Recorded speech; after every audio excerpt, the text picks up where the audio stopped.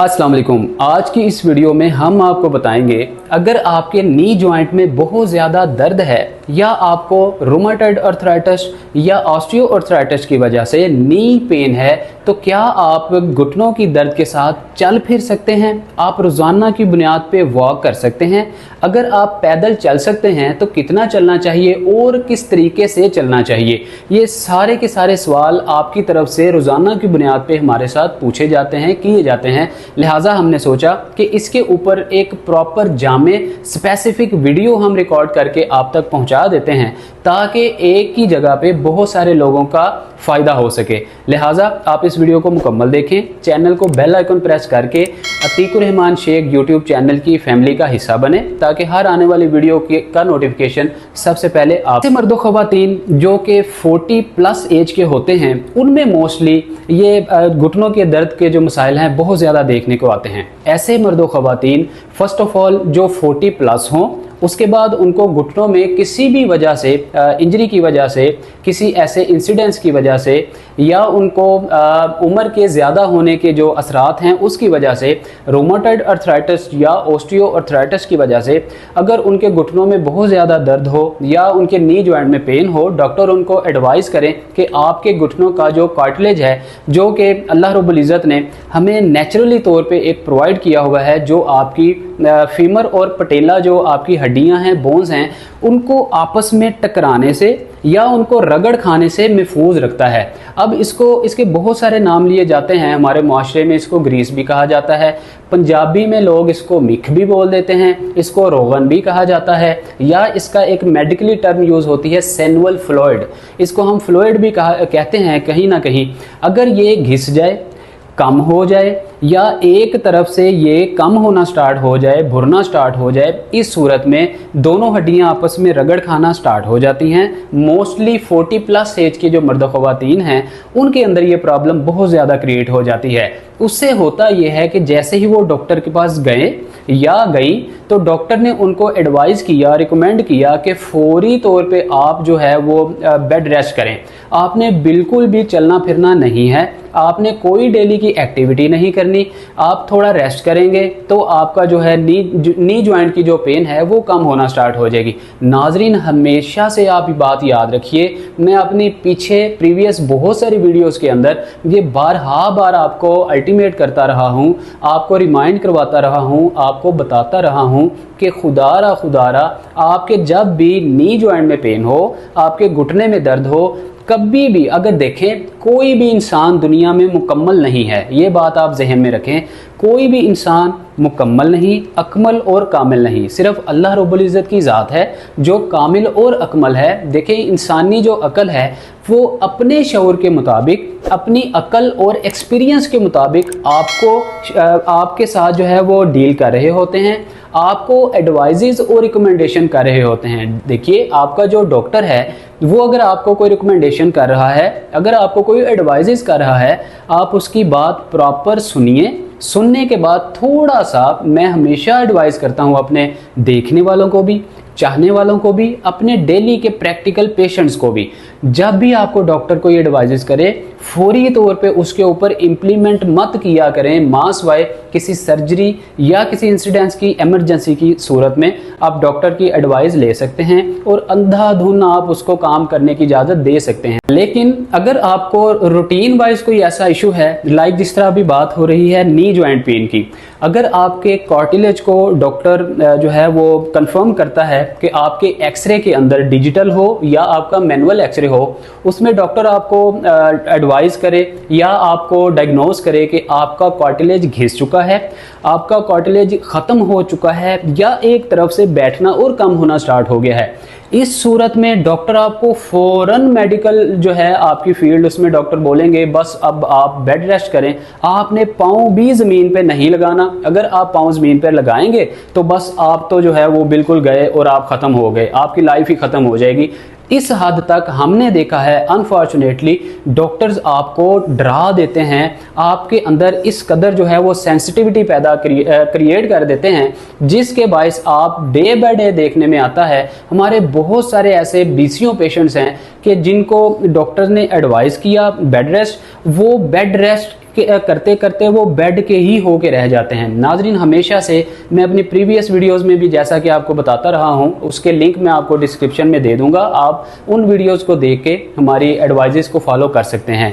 जब भी आपके साथ इस तरह का मसला हो, आपने बिल्कुल फौरी तौर पे बेड रेस्ट पे नहीं जाना। देखिए, बेड रेस्ट पे फौरी तौर पे मूव होना ये आपके लिए बहुत ज़्यादा नुकसानदेह है। हमेशा आप थोड़ा सा अपना एक फिजिकल एनालिसिस ज़रूर करें, तन्हाई में बैठें, सोचें, गौर करें, समझें इस बात को कि क्या आपके नी जॉइंट के अंदर इतनी पेन है कि आप उसको जो है वो अफोर्ड कर सकते हैं, उसको आप बर्दाश्त कर सकते हैं। अगर आप उस दर्द को बर्दाश्त कर सकते हैं, मान के चलते हैं, अगर मेरा कैमरामैन दिखाए मेरे घुटनों को, तो अगर फॉर एग्जांपल आप चलने फिरने में इस तरह से टेढ़ापन आपके घुटने के अंदर नहीं आता, इस तरह से बहुत सारे मर्द ख़वातीन हैं 40+ जो चलने फिरने में इस तरह से टेढ़ेपन का शिकार होते हैं। जब भी वो चलते हैं, अगर इस एंगल से मैं आपको दिखाऊं तो इस तरह से वो लंगड़ा के चलते हैं।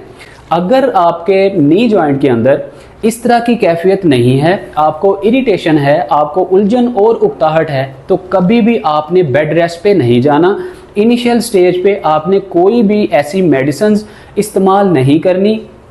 बाज़ औक़ात होता ये है कि डॉक्टर इनिशियल स्टेज पे ही उनको इंजेक्ट करने की एडवाइस दे देते हैं, और इल्ला माशाल्लाह हमारे बहुत सारे मर्द ख़वातीन डेली बेसिस पे हमें फ़ोन कॉल करके ये गिला कर रहे होते हैं कि डॉक्टर साहब, हमें डॉक्टर ने एडवाइस किया कि आपके नी जॉइंट में हम इंजेक्ट करेंगे और आप कुछ ही दिनों में इंशाल्लाह प्रॉपर ठीक हो जाएंगे। होता यह है कि जब आप फितरत के कानून के ख़िलाफ़ चलेंगे, अल्लाह रब्बुल इज़्ज़त की बनाई हुई चीज़ के अंदर कोई छेड़छाड़ करेंगे, तब्दीली करने की कोशिश करेंगे, तो आप अगर अपना दिमाग इस्तेमाल करें, अपनी सोच इस्तेमाल करें, किस तरह हो सकता है कि आप अल्लाह की बनाई चीज़ को आर्टिफिशियल तरीके से बिल्कुल 110% 0 कर लेंगे, या उसको आप दुरुस्त कर लेंगे, या उसमें आप इम्प्रूवमेंट ले आएंगे। थोड़ी सी आप अपना फिजिकल एनालिसिस जब करेंगे, आप इस नतीजे और निचोड़ पे पहुंचेंगे, आप फाइनल डिसाइड करने के काबिल हो जाएंगे कि वाकई में मुझे इस स्टेज के ऊपर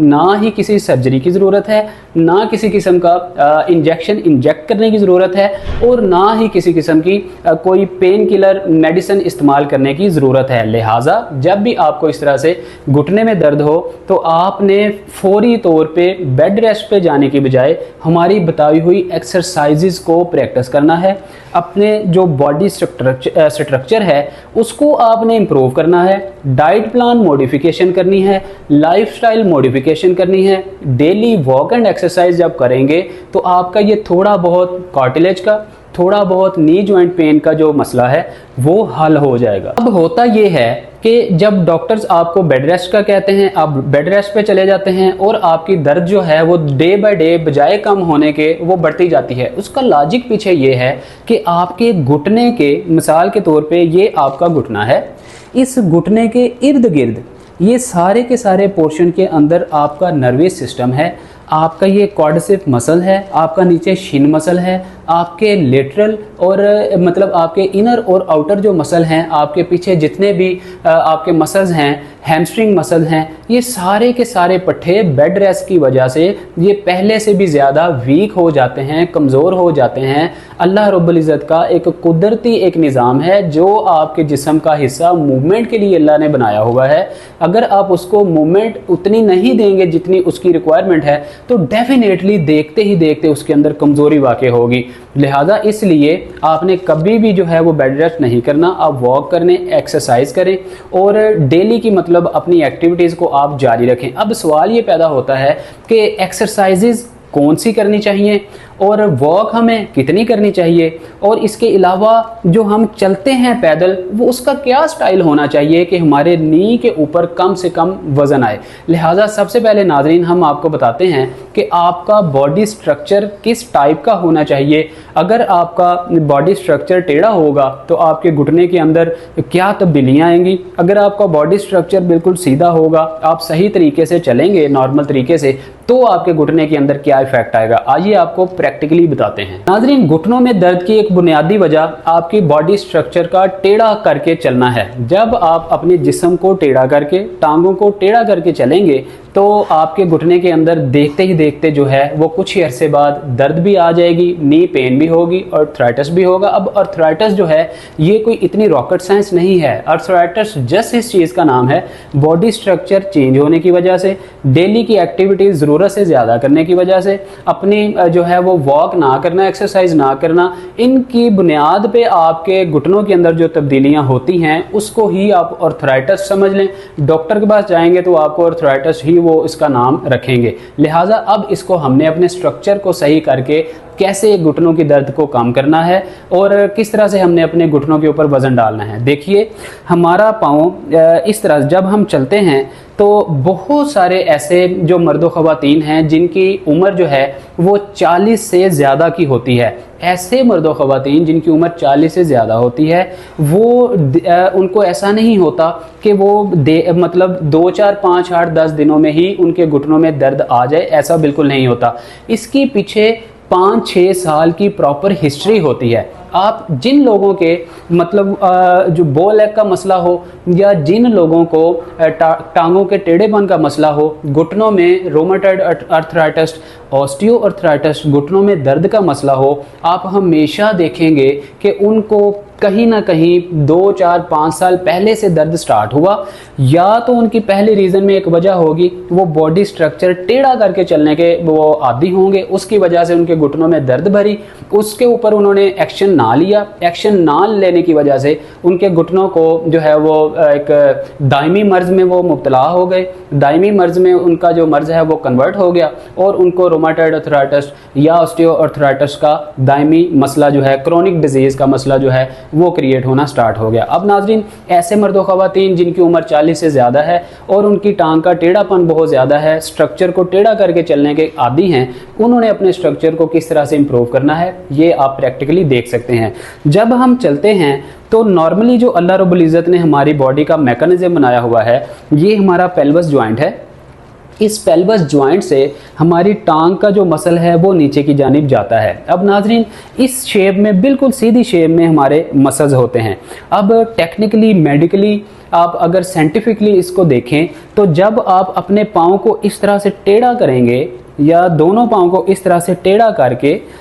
इस तरह से चलेंगे, इस तरह से, तो देखें ये एक डेफिनेटली लिखी पड़ी सी बात है, आपकी ये जो टांगे हैं इनका स्ट्रक्चर भी इस तरह से टेढ़ा होगा। मतलब आपके जो मसल्स हैं वो बजाय बिल्कुल सीधा रहने के इस तरह से खम खाएंगे, इस तरह से टेढ़े होंगे। जब आप टेढ़े मसल्स के साथ इस तरह से ज़्यादा देर तक चलेंगे तो इससे होगा ये, अगर आपके पाँव की पोजीशन जो है बाहर की जानिब है, इस जानिब है या इस जानिब है, तो इससे होगा ये कि आपके नी जॉइंट के लेफ़्ट साइड पे जो कार्टिलेज का कॉर्नर है उस साइड पे आपके दबाव ज़्यादा बिल्ड होगा, दबाव ज़्यादा आएगा, जिसकी वजह से लिखी पड़ी बात है, अंडरस्टूड सी बात है कि आपके लेफ़्ट साइड पे दबाव ज़्यादा आने की वजह से, मसल्स की स्टिफनेस और अकड़ाव तनाव की वजह से आपको लेफ़्ट साइड पे ज़्यादा दर्द होगा। अगर आपकी एज 40 से ज़्यादा की हो चुकी है तो जाहिर सी बात है हड्डियों का भुरभुरापन भी हो जाता है, इसके अलावा हड्डियाँ कमज़ोर भी हो जाती हैं, मसल्स कमज़ोर भी हो जाते हैं और आपका वज़न जब इसके ऊपर टेढ़ेपन की वजह से ज़्यादा पड़ेगा तो आपका जो कार्टिलेज है, जाहिर सी बात है वो वज़न बर्दाश्त नहीं कर सकेगा और वो घिसना कम होना स्टार्ट होगा और आपके घुटने के अंदर दर्द जो है वो भरना स्टार्ट हो जाएगी। लिहाजा आपने हमेशा से कोशिश करनी है जब भी आप चलें, अगर आपका बहुत ज़्यादा बॉडी स्ट्रक्चर टेढ़ा करके चलने के आप आदी हो चुके हैं, आपकी आदत बन चुकी है, फिर भी आपने अगर इस तरह से बाहर को पाँव निकालने के आप आदी हैं तो आप आज से ही आप इस प्रैक्टिस को स्टार्ट करना शुरू करें। इस तरह से अपने पाँव को अपने पेल्विस जॉइंट के बिल्कुल स्ट्रेट पोजीशन में, आपका ये नी जॉइंट है, नी जॉइंट के बिल्कुल स्ट्रेट पोजीशन में आपका थंब होना चाहिए, आपका अंगूठा होना चाहिए। इस तरह से खड़े होके जब आप अपना नी जॉइंट और अपना थंब को देखेंगे, पाँव के अंगूठे को देखेंगे तो इस तरह से बिल्कुल स्ट्रेट होने चाहिए। ठीक है जी, इस तरह से आपने बिल्कुल पाँव सीधे करके तो इस तरह से आपने उठा के तो इस तरह से आपने चलना है 1 बाय 1। इस तरह से अपने पाँव को आपने बिल्कुल सीधी डायरेक्शन में रखना है। इस तरह से नाजरीन, जब आप अपने पाँव को बिल्कुल सीधी डायरेक्शन में रख के चलेंगे, इससे होगा ये कि आपके जो आउटर मसल्स हैं इनके अंदर बजाय खम आने के, तनाव आने के, ये बिल्कुल इस तरह से अपनी स्ट्रेट पोजीशन में रहेंगे, इस तरह से स्ट्रेट रहेंगे, इनमें खम नहीं आएगा। तो इससे एक तो आपके मसल्स रिलैक्स रहेंगे और उसके अलावा आपके नी जॉइंट के जो इर्द गिर्द वाले नर्वस सिस्टम हैं वो भी रिलैक्स रहेगा। आपके घुटने के ऊपर बैलेंस वज़न क्रिएट होगा, मतलब बराबर का वज़न आएगा, एक तरफ ज़्यादा वज़न झुकाव नहीं आएगा और उससे आपके घुटने बिल्कुल रिलैक्स रहेंगे, इजी रहेंगे और जो है उनके अंदर दर्द का आना या आपको अर्थराइटिस टाइप की जितनी भी क्रोनिक डिजीज़ हैं उनका होना, उसके चांसेस कम से कम हो जाएंगे। अब इसके अलावा बहुत सारे ऐसे मर्द व ख़वातीन मैंने देखा है आजकल तो बच्चे भी जो है वो पाँव को अंदर करके चलने के आदी होते हैं, जिसकी वजह से बो लेग्स का मसला उनको हो जाता है। फिर उनको करेक्शन करने के लिए बहुत सारी एक्सटेंशन और फ्लेक्शन एक्सरसाइजेज उनको करवाना पड़ती हैं। अब बहुत सारे ऐसे मर्द व ख़वातीन जो कि 25 साल की एज से ही या छोटी उम्र से ही टांगों को टेढ़ा करने के आदी होते हैं, फिर जब वो 40 से ऊपर जाते हैं, हड्डियां कमज़ोर होती हैं, तो उनकी जो है वो बो लेग का मसला, टेढ़ेपन का मसला ज़्यादा होता है। अब ऐसे मर्द व ख़वातीन, बच्चे बूढ़े जवान जो अपने पाँव को अंदर करके इस तरह से अंदर करके चलने के इस तरह से आदी होते हैं, बहुत सारे लोग होते हैं इस तरह से चलते हैं। हमने देखा है डेली की प्रैक्टिस में कि उन्होंने शूज़ भी पहने होते हैं, जॉगर्स भी पहनी होती हैं, कैनवस शूज़, उसके बावजूद पाँव को इस तरह से अंदर करके टेढ़े करके चलने के वो आदी होते हैं। इस तरह के जो एंगल हैं मोस्टली हमने देखा है जिनका वज़न बहुत ज़्यादा होता है, जिनकी जो है वो फिज़ीक बहुत ज़्यादा मोटी होती है, मोटापे की वजह से उनका ये जो पेल्विक जो जॉइंट है या उनका जो सैक्रोइलिक जॉइंट है ये बहुत ज़्यादा मूवमेंट में नहीं रहता, इसकी हरकत जो है सही तरीके से नहीं होती, जिसकी वजह से जिस्म के वज़न की वजह से उनका जो धड़ है ये सही तरीके से इनके जिस्म को सिग्नल प्रोवाइड नहीं कर रहा होता, जिसकी वजह से वो सही पोस्चर रख के चलने के काबिल नहीं रहते। इसलिए एक तो फैक्टर ये भी है कि अगर आपका वज़न बहुत ज़्यादा है, फौरी तौर पे आप अपने वज़न को कम करें, फौरी तौर पे आप कोई ऐसी एक्टिविटीज़ करें, कोई एक्सरसाइजेज़ करें, या मतलब आप थोड़ा डाइट प्लान को फॉलो करें और अपने वज़न को ज़्यादा से ज़्यादा कोशिश करें कि कम करें, जिससे आपका ये जो सैक्रोइलिक जॉइंट है, आपका पेल्विस जॉइंट है, ये प्रॉपर आपके ऊपर वाले जिस्म और आपके नीचे वाले जिस्म के हिस्से के साथ साथ ये चले, प्रॉपर सिग्नल जो है वो क्लिक करे, उसको जो है सिग्नल ले, उनके साथ कनेक्ट हो, तो देन ये जो है इंशाल्लाह आपका जो टेढ़ेपन का मसला है देखते ही देखते ये सही होगा। अब होता ये है कि जिनका वज़न बहुत ज़्यादा होता है इस तरह से पाँव अंदर की जानिब करके इस तरह से चलने के वो आदी होते हैं नाज़रीन, इस तरह से वो चलते हैं। अब इससे क्या होता है, इससे होता ये है सबसे पहले तो नी जॉइंट के बिल्कुल नीचे, ये आपका नी जॉइंट है, इस नी जॉइंट के बिल्कुल ही नीचे ये जो आपकी शिन बोन है यहाँ पे आपका बो लेग का मसला हो जाता है। मतलब आपकी जो शिन बोन है, आपकी नीचे वाली जो पिंडली की हड्डी है, इसमें खम आ जाता है। ये जो मेरी उंगली है, समझे ये टांग है, इस तरह से खम आ जाता है, हड्डी मतलब वी शेप में टेढ़ी हो जाती है। एक तो सबसे बड़ा फैक्टर ये है। अब दूसरा मसला ये होता है जब आप पाँव अंदर की जानिब मूव करके चलते हैं तो इससे आपके नी जॉइंट के इनर साइड पे, अंदर वाली साइड पे आपके बहुत ज़्यादा वज़न क्रिएट होता है, बहुत ज़्यादा इसके अंदर जो है वो वेट बिल्ट होता है, जिसकी वजह से कार्टिलेज जो आपकी है वो दबना स्टार्ट हो जाती है। नाजरीन, हमेशा कार्टिलेज दबना स्टार्ट होती है, कम होना स्टार्ट नहीं होती। जैसे जैसे कार्टिलेज के ऊपर वज़न ज़्यादा पड़ता जाएगा, प्रेशर बढ़ता जाएगा, कार्टिलेज दबना स्टार्ट हो जाएगी। इसको हम कहते हैं कि कार्टिलेज जो है वो घिसना स्टार्ट हो गई है या कम होना स्टार्ट हो गई है। लिहाजा जब भी आपने चलना है इस तरह से अंदर को पाँव मूव करके, फोल्ड करके नहीं चलना, ये एक रॉन्ग प्रैक्टिस है। इससे आपके अंदर की जानिब प्रेशर क्रिएट होगा, बिल्ड होगा, जिसकी वजह से आपके एक ही साइड पे जो है वो नी जॉइंट, जो आपकी फीमर और टिबिया बोन है, आपस में वो रगड़ खाएगी या आपस में जो है उनका वो मिलाप होगा और आपको उसकी बुनियाद पे दर्द का एहसास होगा। जब भी आपने चलना है पाँव सीधे रखें। तो अगर आपका वज़न बहुत ज़्यादा है तो देखिए हम बिल्कुल भी आपको इस तरह की रिकमेंडेशन नहीं करते कि आप बिल्कुल स्ट्रेट फॉरवर्ड जो है इस तरह से अपनी टांग को ऊपर उठा के फिर ही चलें। अब जिनका वज़न ज़्यादा है, जिनको मोटापा बहुत ज़्यादा है, वो ये क्वेश्चन रेज करेंगे हमारा तो क्योंकि वज़न बहुत ज़्यादा है, पेट बाहर निकला हुआ है, हमारी साइड से जो पल्ले हैं वो बहुत ज़्यादा बाहर निकले हुए हैं, तो हम इस तरह से प्रॉपर एक अथेंटिक तरीके के साथ किस तरह से वज़न वो हम अपनी टांग फोल्ड करेंगे। ऐसे लोगों के साथ हम इस तरह से ट्रीट करते हैं कि आप बिल्कुल भी प्रॉपर सीधी पोर्शन में आप पोजीशन में टांग को बिल्कुल भी मूव ना करें, बल्कि अपने सैक्रोइलिक पेल्विक जॉइंट के ताउन के साथ, अपने सैक्रोइलिक जॉइंट जो है इसके प्रेशर के साथ आप अपनी टांग को उठा लें इस तरह से। मतलब थोड़ा सा इस तरह से आप टांग उठाएंगे तो देन भी आपकी टांग की जो पोजीशन है, जो पोस्चर है, वो भी सीधा रह पाएगा। अगर आप इस तरह से थोड़ी सी टांग उठाएंगे, अगर आपका वज़न ज़्यादा है तो आपने अपने पाँव की डायरेक्शन को बिल्कुल सीधा रखना है। इस तरह से पाँव की डायरेक्शन को बिल्कुल सीधा रखें, फिर थोड़ा सा लेफ़्ट साइड पे झुकें, फिर पाँव की डायरेक्शन को आप उठाएं तो इस तरह से। नाज़रीन, ये जो एक तरीक़ाकार है इसको बहुत सारे हमने बीसियों पेशेंट्स पे अप्लाई किया और देखते ही देखते बिना किसी सर्जरी के, बिना किसी ऐसी अद्वियात के इस्तेमाल किए हुए या बगैर किसी रेस्ट के, बेड रेस्ट के, उन्होंने अंडर 15 डेज़ उन्होंने इस मसले से निजात भी हासिल की और उन अपने साथ बहुत सारे ऐसे पेशेंट्स को हमारे पास लेकर आए जिनके साथ जो है अरसा दराज से इस तरह के मसाइल दरपेश थे और उनको बहुत ज़्यादा चलने फिरने में दिक्कत का एहसास होता था। लिहाजा हमारी जस्ट इस टिप और ट्रिक को आप फॉलो करके आप अपने नी जॉइंट की काफ़ी हद तक प्रॉब्लम को हल कर सकते हैं। इसके अलावा नाजरीन, जब आपने स्टेयर्स चढ़नी है, स्टेयर चढ़ने में बहुत सारे लोगों को बहुत दिक्कत का सामना करना पड़ता है। जब आपने सीढ़ियाँ चढ़नी हैं तो उसमें आपने एक चीज़ का ख्याल रखना है। हमेशा लोग क्या करते हैं, ख़ास तौर पे ख़वातीन, वैसे मर्द भी ऐसा करते हैं, जब वो सीढ़ियाँ चढ़ते हैं तो एक साइड से उन्होंने इस तरह से सपोर्ट ली, एक साइड से सीढ़ी की जो स्टेयर का वो होता है उसकी उन्होंने वो सपोर्ट ली। सपोर्ट लेने के बाद वो पहले एक टांग ऊपर वाली सीढ़ी पे रखते हैं, फिर जो है वो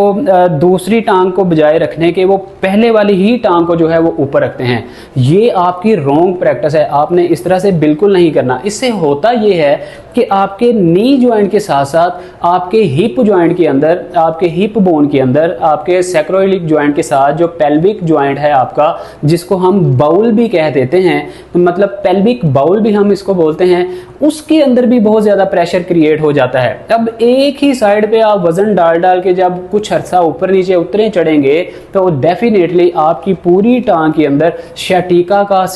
का अर्कुनिसा का मसला भी क्रिएट हो सकता है। आपके कूल्हे के जोड़ के अंदर, हिप जॉइंट के अंदर भी दर्द भर सकती है। बजाय आपका नी जॉइंट ठीक होने के ऊपर आपका जो है वो